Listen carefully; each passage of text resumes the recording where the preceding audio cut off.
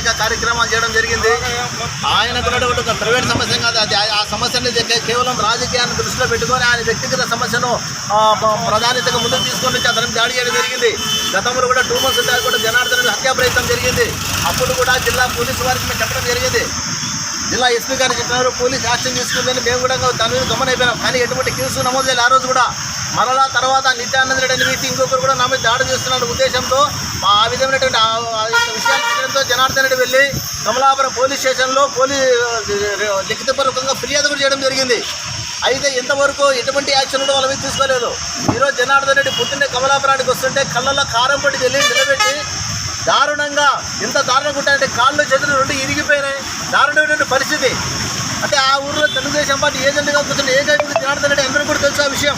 అంటే జనార్దన్ రెడ్డి బతికుంటే వాళ్ళందరికీ కూడా వాళ్ళ ఆగోకలు చేపడతాయనే జనార్దన్ రెడ్డిని ఆయనకున్నటువంటి వ్యక్తిగత సమస్య రాజకీయ సమస్యగా చిత్రీకరించి వచ్చి దాన్ని మొత్తం మార్పు చేసి ఈ విధంగా మొత్తం జనాలు దాడి చేయడం జరిగింది. కేవలం అది ఆ యొక్క వ్యక్తిగత సమస్య కాదు, ఇది రాజకీయ సమస్య అని తెలియజేసుకుంటున్నా.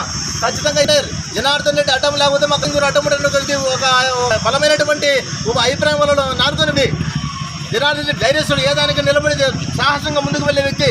నమ్ముకొని తెలుగుదేశం పార్టీని మమ్మల్ని నమ్ముకొని గత 4 సంవత్సరాలుగా ఎనలేని పోరాటం తెలుగుదేశం పార్టీ తరఫున చేసిన వ్యక్తికి ఈరోజు ఈ పరిస్థితి వచ్చింది. ఈరోజు మరి ఎటువంటి న్యాయం చేస్తారో ఎటువంటి ధర్మం చేస్తారో వేచి చూస్తాం. మేము కూడా దాడులు చేయాలంటే ఇంకోటిదంటే 10 నిమిషాలు పట్టదు. కానీ ఒకటే న్యాయాన్ని ధర్మాన్ని కాపాడాలనుకున్నాం. పోలీసులకు చట్టాన్ని మా చేతులు తీసుకుని చట్టపరంగా పోలీసులకు అనుగుణంగా పోవాలనుకుని ఈ రోజు వరకు మా వారిని దెబ్బ తీసుకోవాల్సిన పరిస్థితి ఏర్పడింది. అదే మేము ఆ రోజు అటాకింగ్ చేసి ఇంత జరిగింది కాదు.